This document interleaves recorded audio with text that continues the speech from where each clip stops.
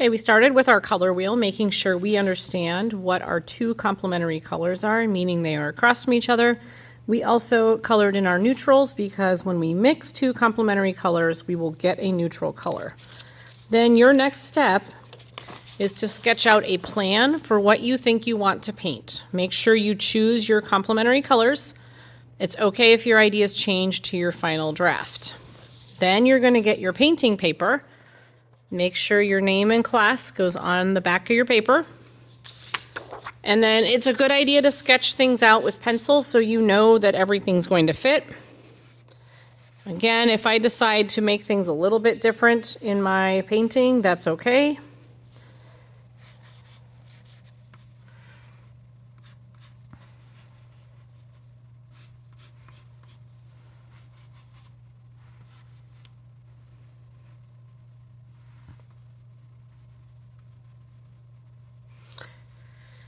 Once you've got your plan, you can set up your painting supplies.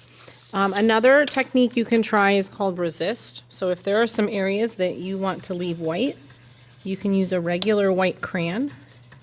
Do this before you start painting.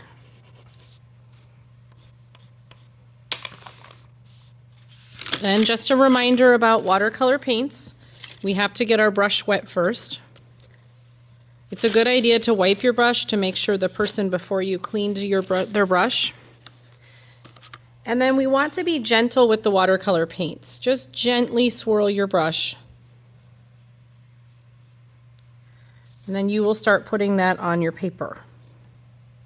If you want your color to be darker, add more color.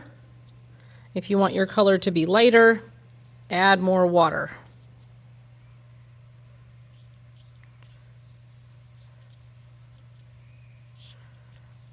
It's a good idea to let areas dry if you do not want your colors to mix together. For this skill builder, you might also want to try the watercolor pencils. There's two ways to use watercolor pencils. You can color and then brush over with water, and that will turn it to paint. Or you can dip your pencil in the water and color with it that way. Some people like to use this as an outlining technique.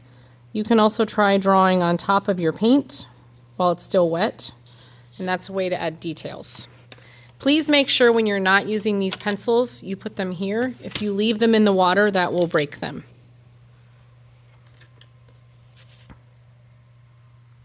If you want to mix colors, you can mix right on top of your paper.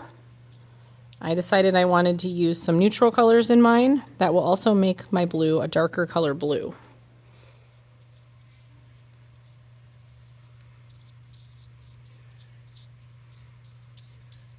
I put that white crayon down so when I add my dark blue on top, it's going to show up. And then because I'm using complementary colors of blue and orange, I want to start figuring out where my orange is going to go.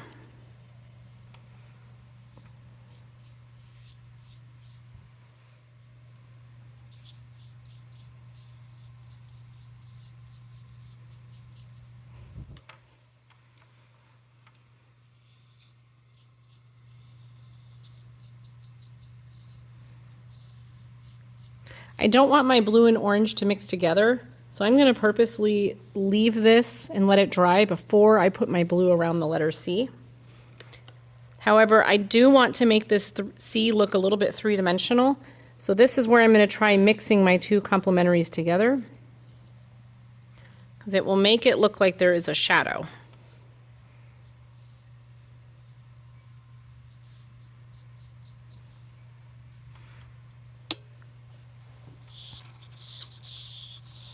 So I'll keep working on this, adding more details.